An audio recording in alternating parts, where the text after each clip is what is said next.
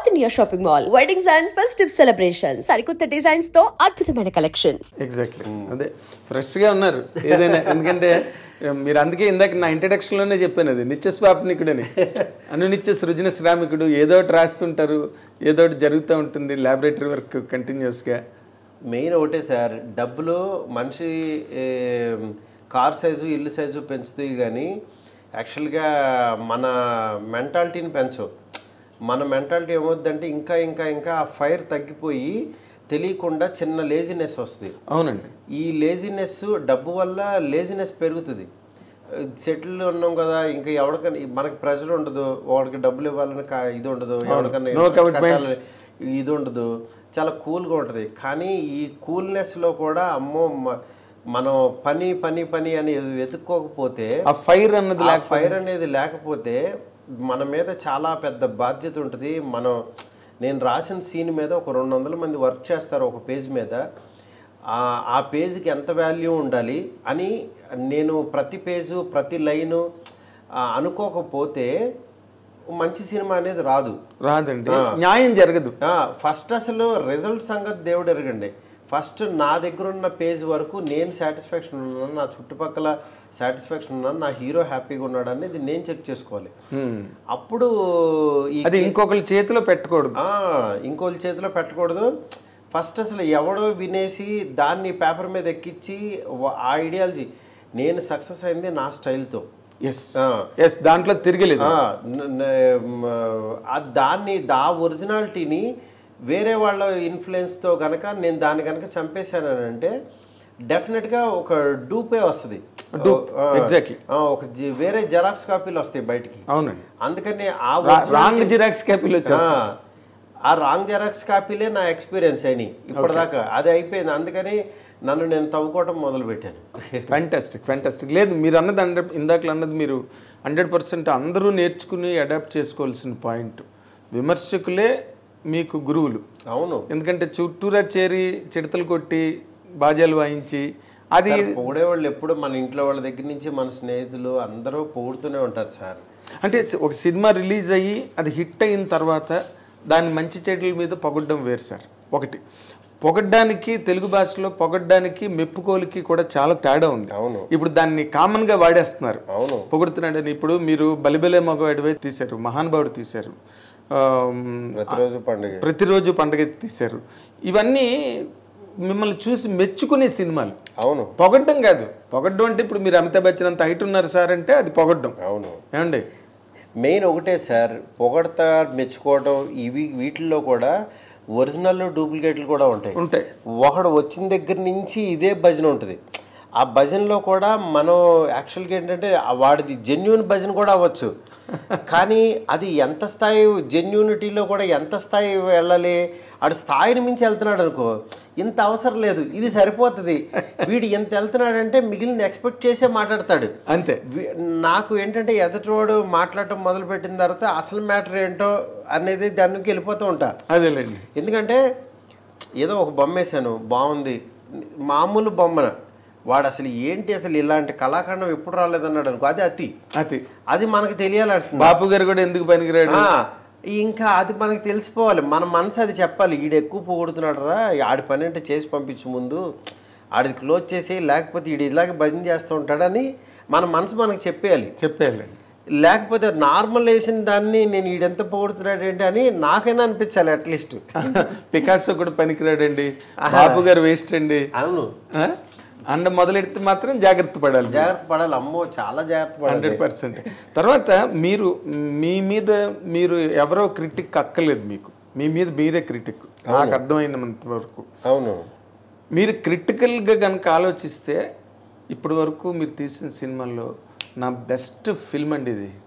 క్రిటికల్గా మీకు మీరే ఆలోచించుకుని ఈ సినిమా ఇది నాది నిజమైన హిట్టు. కొన్ని సినిమాలు హిట్ అవుతాయండి, కొన్ని కంపోజిషన్స్లో, కొన్ని కాంబినేషన్స్లో. కానీ ఒక డైరెక్టర్గా మీరు మాట్లాడాలంటే yes this is my hit అండి అసలు అంటే ఏ సినిమా చెప్తారు? హిట్ అని కాదు సార్, అంటే ఇప్పుడు ఒక్కొక్క హిట్కి ఒక్కొక్క కారణం ఉంటుంది, అది ఒక్కొక్కటి ఆ మనసుకు నచ్చుద్ది. ఇప్పుడు బలబల మగాడవై స్క్రీన్ ప్లే బేస్డ్ ఒక క్యారెక్టరైజేషన్తో ఒక లోపంతో ఆడియన్స్ని ఎంటర్టైన్ చేయొచ్చు అని యాక్చువల్గా హీరోకి లోపం పెట్టినా సరే ఇంతమంది చూస్తారని ప్రూవ్ చేసిన సినిమా. అవును, అది యాక్చువల్గా ఏంటంటే స్క్రీన్ ప్లే మీకు ఇంత ఫ్లా కూడా దొరకదు అది ఆ సినిమాలో. అది నా బెస్ట్ స్క్రీన్ ప్లే పరంగా. నెక్స్ట్ ఒక చిన్న సినిమా జోనర్ మార్చి మనం ఒక ఎక్స్పెరిమెంటల్గా చేస్తే హ్యూజ్ సక్సెస్ ఉంటుంది, అంత త్రూఅవుట్ దేశం అంతా ఆ జోనర్ పాకుతుంది అంటానికి కారణం ప్రేమ కథ చిత్రం. నెక్స్ట్ ఒక సోషల్ ఎలిమెంట్ని చాలా అందంగా ఆడియన్స్ని ఎంటర్టైన్ చేస్తూ చెప్పచ్చు అనేది ప్రతిరోజు పండుగే. ఓ పెద్ద మనిషి చనిపోతున్నాడు అని కామెడీ చేసాం మనం అక్కడి నుంచి. అవును, ఆ కామెడీ చేస్తూ చేస్తూ చేస్తూ లోపలికి తీసుకుని వచ్చి ఒక మంచి విషయాన్ని షుగర్ కోటెడ్ లాగా చెప్పడం అనేది. అది చాలా ఇది లేకపోతే, అంటే మెచ్యూరిటీ లేకపోతే ఆడియన్స్ దేనికి నవ్వుతాడు దేనికి నవ్వడం అని తెలుసుకుంటూ ఇక్కడ నవ్వుతాడు ఇక్కడ ఏడుస్తాడని మనం అంత సైకలాజికల్గా గేమ్ ఆడకపోతే ప్రతిరోజు పండుగ తీయలేరు. ఎందుకంటే డైరెక్ట్గా ఒకటి మంచి సినిమాని మొదలు పెడితే ఇక్కడి నుంచి వీడు మంచి మంచి అని క్లాసులు పీకుతాడని ఫిక్స్ అయిపోతాడు. అలాంటిది నేను క్లాస్ పీకుతున్నానని మీకు తెలియకుండా నేను క్లాస్లో కూర్చోబెట్టి మిమ్మల్ని ఎంటర్టైన్మెంట్ చేస్తూ యాక్చువల్గా మీకు సినిమా తీయడం అనేది అది యాక్చువల్ ఆర్ట్. అది మాయ ఆ మాయ నేను ప్రాపర్గా బాగా చేయగలను అనేది నా ఇది. అంటే మీరు ఫీల్ అయింది? నేను ఫీల్ అయింది. నేను రీసెంట్గా ఊరికి మళ్ళీ ఆ సినిమా చూశాను. నేను అసలు నా సినిమాలు రిలీజ్ అయిన తర్వాత థియేటర్లో చూడను. ఇంకా వన్స్ నా దగ్గర అయిపోయి అప్పటికే ఆ సినిమా రన్ అయి ఉంటుంది. అవునండి. కొంతకాలం గ్యాప్ తర్వాత ఊరికినే పెట్టి చూస్తా ఆ రోజు నా ఐడియాలజీ ఎలా ఉంది, ఎందుకు ఆ సినిమా సక్సెస్ అయింది, నా ఆలోచన విధానం ఏంటి అని చెక్ చేసుకోవడానికి చూస్తాను ఊరికినే. అవును, చేసినప్పుడు అప్పుడు నా మెచ్యూరిటీ లెవెల్ నాకు అన్ని ఇప్పుడున్నది దాన్ని కంపేర్ చేస్తే తెలిసిపోద్ది. నేను ఒక బొమ్మ వేసినా ఏదన్నా చేసినా లేకపోతే అది తీసేటప్పుడు ఎలా ఆలోచించాను, ఈ డైలాగ్ రాసేటప్పుడు ఎలా ఆలోచించాను అనేది మన సినిమాలే మనకి గురువులండి. కరెక్ట్గా చెప్పారు. మనం వేరే ఎక్కడికి వెళ్ళాలి రిఫరెన్స్ బుక్స్. ఇప్పుడు మనం యాక్చువల్గా అనుకుంటాం కానీ గ్రంథాలయాలకు వెళ్ళి లేకపోతే ఇంగ్లీష్ సినిమాలు చూసి ఏదో నేర్చుకుందాం ఇది అనుకుంటాం కానీ ఏం చేయక్కర్లా. మన తెలుగు సినిమాలు మీరు ఏ సినిమాలు చూసైతే సినిమా తీయాలి అనే మీ ఆలోచన వచ్చిందో ఆ సినిమాలు మళ్ళీ ఇప్పుడున్న మెంటాలిటీ మైండ్ స్టేటస్లో మీరు వెళ్ళి చూస్తే డెఫినెట్గా మీకు నేర్పిస్తాయి. మనం చేసే తప్పులు చెప్తాయి, ఫస్ట్ గ్యాప్ చూపిస్తాయి. అప్పటికి ఇప్పటికి మనలో నువ్వు అంత బాగా చేసేవాడు స్క్రీన్ ప్లే అప్పుడు, ఇప్పుడేమో ఫ్లాట్కి వెళ్ళిపోతున్నావు అని చెప్పేస్తుంది అది. అవును నేను ఇలా రాశాను ఏంటని మనకు ఇప్పుడు అనిపిస్తుంది. అవునండి. జనరల్గా ఎంత గొప్ప ఆర్ట్ వర్క్ అయినానండి, అది సినిమా కావచ్చు, ఒక పెయింటింగ్ కావచ్చు, లేకపోతే ఒక కీర్తన కావచ్చు, ఏదైనా కావచ్చు, కానీ ఒక టైం పీరియడ్లో చేసిన దాన్ని ఒక టైము ల్యాప్స్ అయిన తర్వాత ఒకసారి వెనక్కి వెళ్ళి చూస్తే ఈ గ్రోనప్ మెచ్యూరిటీలో అరే మనం ఇదిలా చేస్తుంటే ఇంకా బాగుండేది, ఎక్కడో మన ఈ మెచ్యూరిటీ లెవెల్స్ పెరిగిన తర్వాత ఇది మనం కొంచెం బాగా చేసి ఉండవలసింది బట్ మనం అంత చేయలేదు అన్న ఫీలింగ్ ఏ వర్క్లోనైనా ఎవరికైనా వచ్చేదేనండి. ఎవరికి వాళ్ళు నో ఇది forever my best piece అని చెప్పడానికి ఈ ఆర్ట్ క్రియేటివ్ వరల్డ్లో ఉండదేమో అని అనుకుంటున్నాను నేను. కాదు సార్, ఇప్పుడు డెఫినెట్గా బొమ్మలు ఉంటాయి సార్, బొమ్మలు వేసి ఉంటాం కానీ ఆ బొమ్మలు ఇప్పుడు మనకు నచ్చవు. అంటే మనం ఆర్ట్ వేసి ఉంటాం, ఇప్పుడు బాగా ప్రొఫెషనల్ అయిపోతాం. కానీ మనకి వచ్చి రాకుండా ఆ ఏజ్లో అంత మంచి ఆర్ట్ వేయగలిగాను అని ఆ ఆర్ట్లో కనుక ఆ బ్యూటీ చూడగలిగితే మన ఇన్నోసెన్స్ కనపడుతుంది. మనిషి బ్రెయిన్ ముదిరిపోతూ ఉంటే ఇప్పుడు ఒకరిని కొడతామండి, ఒకరిని కొట్టింది తీసిన తర్వాత నెక్స్ట్ సినిమాకి ఏంటంటే ఒకటి కాదు నలుగురిని కొడదాం అనుకుంటాం. ఆ నెక్స్ట్ సినిమాకి ఇంకా ఒక లారీ మందిని కొట్టేద్దాం అనుకుంటాం. ఇంకా ఈ కొట్టడానికి ఇంకా అంత ఉండదు, అంటే ఈ నరకడం అవ్వచ్చు ఇంకోటి అవ్వచ్చు ఇంకా అంత ఉండదు.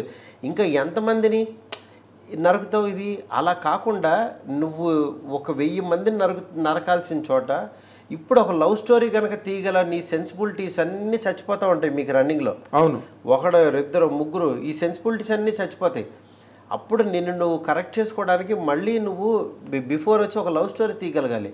అప్పుడు మళ్ళీ నీ బడ్డింగ్ స్టేజ్ మళ్ళీ నీకు లైఫ్ ఉంటుంది. అవును, మళ్ళీ ఒకటితో నరకడం స్టార్ట్ చేస్తావు నువ్వు.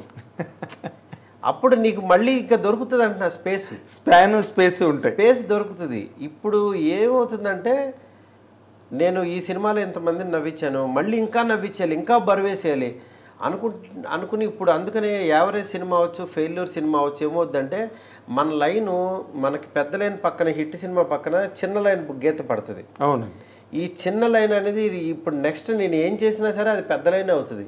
ఎందుకంటే చిన్న లైన్ అయితే రాదు, అంతకన్నా చిన్న లైన్ మీరు గీలేను. అంటే మ్యాక్సిమము నాకున్న నాలెడ్జ్ అవ్వచ్చు, ఇది అవ్వచ్చు, దీనికంటే బెటర్ లైన్సే గీశాను. కానీ లాస్ట్ చిన్న లైన్ గీశాను నేను. ఇప్పుడు డెఫినెట్గా బెటర్ లైన్ గీస్తా. ఈ లైన్ ఇంకా బాగా గీయగలను అనే కాన్ఫిడెన్స్తో ఇంకా ఇంకా పెద్ద చేయడానికి చూస్తా. అందుకని నేను ఎప్పుడు దాన్ని కంపేర్ చేసుకుంటా.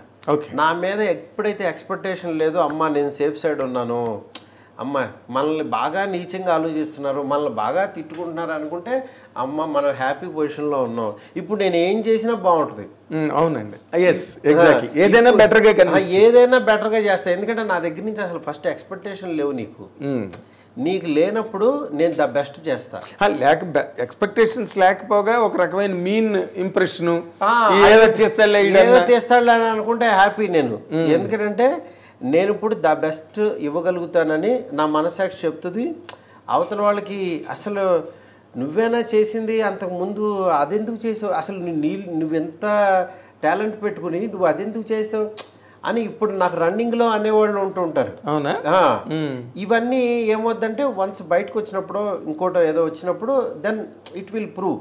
అవునండి. బట్ నేను ఇప్పుడు ప్రెసెంట్ ఏంటంటే హ్యాపీగా నా మీద ఏమి ఎక్స్పెక్టేషన్ లేవు, నా పని నేను చేసుకుంటున్నాను. అంటే ఇప్పటికి కూడా మీ మీద ఏవి ఎక్స్పెక్టేషన్స్ లేవని అనుకుంటున్నారు? లేవని నేను అనుకోకపోతే నా మీద ఎక్స్పెక్టేషన్ ఉంది, నేను కింగ్ని ఇది అని అనుకుంటే నేను తీసిందే సినిమా రా, నేను వేసిందే నాట్యం అంటే అది కుదరదు అంటున్నా.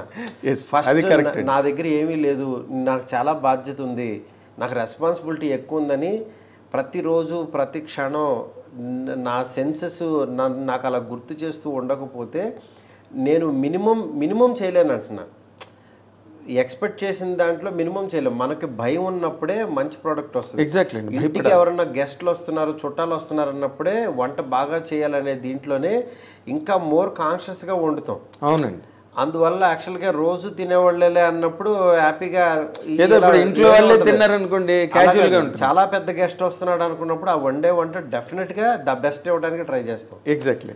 నేను ఆ ప్రయత్నాల్లో ఉన్నాను. అయితే ఇప్పుడు మీరు బిగినింగ్ ఆఫ్ యువర్ కెరీర్ అంటే హైదరాబాద్ వచ్చిన తర్వాత మీరు ఒక యానిమేటరు, చిరంజీవి గారికి కూడా మేము చాలా హై రిగార్డ్. మొన్న కూడా సభలో బేబీ ఫంక్షన్లో చెప్పారు. అవునవును. నేను ఆ రోజే అనుకున్నాను మారుతి డైరెక్టర్ అవుతాడని కూడా ఆయన రేంజ్ పర్సన్ చెప్పడం చాలా గొప్ప విషయం అండి. అలాగే ఒక అరవింద్ గారు, వీళ్ళందరూ కూడా మిమ్మల్ని ఒక రకంగా అంటే మీకు మీరే యాసిడ్ టెస్ట్ చేసుకున్నారు అనుకోండి. ఈ రోజుల్లోని బస్ స్టాప్ ఎవరు చేయలేదు మీకేమి యాసిడ్ టెస్ట్, మీరే చేసుకున్నారు. బట్ ఒక్కసారి వాళ్ళ తాలూకా ఆ రోజున ఓ చిరంజీవి గారితో అసోసియేషను, లేకపోతే అదర్వైజ్ ఇంకా అంతకన్నా పెద్ద అసోసియేషన్ ఏముంటుందండి చిరంజీవి గారి కన్నా సినిమా ఇండస్ట్రీలో. అవునన్నా. అది తలుచుకున్నప్పుడల్లా మీకు ఏమనిపిస్తుంది అంటే ఆయనకున్న ఇమేజ్ మీ మీద, ఆయనకున్న మీ మీద ఉన్న ఇంప్రెషను అది మీ కెరీర్లో రిఫ్లెక్ట్ అవుతున్నదని అనుకుంటారా?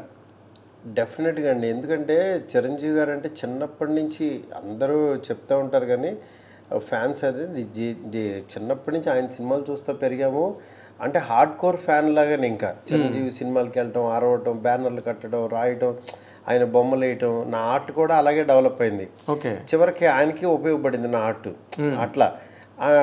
అలా నేను పెరిగిన వాడిని, అలా ఇదైన వాడిని. చిరంజీవి సినిమాలు అంటే అంత పిచ్చి ఉండేది. అలాంటి ఇది చిరంజీవి గారి దగ్గరికి చేరటం, నేను మళ్ళీ ఆయన నోట్లోంచి అప్లాజెస్ రావటం అనేది ఇది అంటే ఒక ఫుల్ఫిల్నెస్ అనమాట. లైఫ్ ఒక ఆర్క్ ఫుల్ అయినట్టు.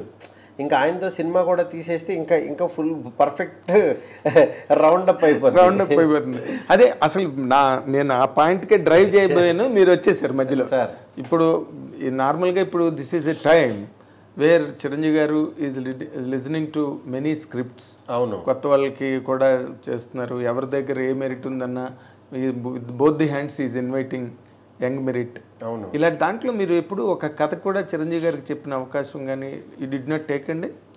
లేదండి, ఆల్రెడీ ఇప్పుడు నేను చేసే సినిమా ఇది గనక కొంచెం డిలే అయినా ఇంకోటి ఏదైనా అయినా చిరంజీవి గారిదే చేసేవాడిని. చిరంజీవి గారికి కూడా కథ చెప్పడం జరిగింది, ఆయన రెడీ అయ్యారు. ఆయన యాక్చువల్లీ విల్ గో హెడ్ అని అన్నారు. అంటే మంచి ఆయన కైండ్ ఆఫ్ ఒక డిఫరెంట్ ఫిల్మ్ ఒకటి చేశాను అనమాట. డెఫినెట్గా మామూలుగా సోషల్ సబ్జెక్ట్ అండి, ఫ్యాంటసీలేం కాదు సార్, జనరల్ సబ్జెక్టే. బట్ ఆయన కైండ్ ఆఫ్ టింజ్ ఆయన మళ్ళీ మనం చూసుకున్న ఫీలింగ్ ఉంటుంది. చిరంజీవి గారిని టైమింగ్ నేను చెప్పేది మెయిన్, ఆయనకుండే ఒక గరాన మూడు ఒక టైమింగ్ ఉంటుంది కదా. అవును అవును, ఆ కైండ్ ఆఫ్ టైమింగ్ లో ఇస్తరాకులు కట్ట. అవును, కొన్ని డైలాగులు ఆయన చెప్తే, ఆయన నోట్లో చెప్తేనే బాగుంటాయి. ఆయనే కదండి, నేను చూస్తున్నా కదా, ఒక్కొక్క స్టార్ కి యాక్చువల్ గా ఒక్కొక్క ఇది ఉంటుంది, ఒక టైమింగ్, కోడ్ ఉంటుంది. అంటే ఆయన వాళ్ళ యాటిట్యూడే సినిమాకి.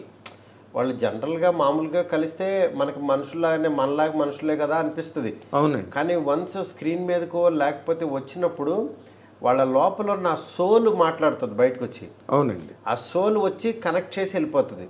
అది వాళ్ళు తప్పించి ఎవరో చేయలేరు. ఎగ్జాక్ట్లీ. అలా ఒకళ్ళు పెద్ద స్టార్ కానీ ఇంకొకళ్ళు ఇలా ఉన్నారని అంటే, స్టార్స్ అయ్యారని అంటే అంత ఈజీ కాదు. అవునండి, వాళ్ళ కోడ్ ఏదో అందరినీ హుక్ చేస్తారు. ఇప్పుడు నాని టైము వేరే వాళ్ళలో చూడలేం, నాని గారి టైమింగ్ అవును అది ఆయనలోనే ఉంటుంది. అట్లాగా నవీన్ పోల్సే టైమింగ్ తనలోనే ఉంటుంది.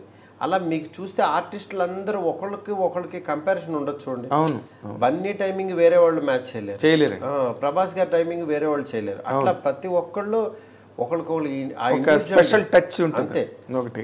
సో అయితే చిరంజీవి గారిది మీకు ఓకే అయిపోయింది? ఎప్పుడో అయిందండి. అవునా?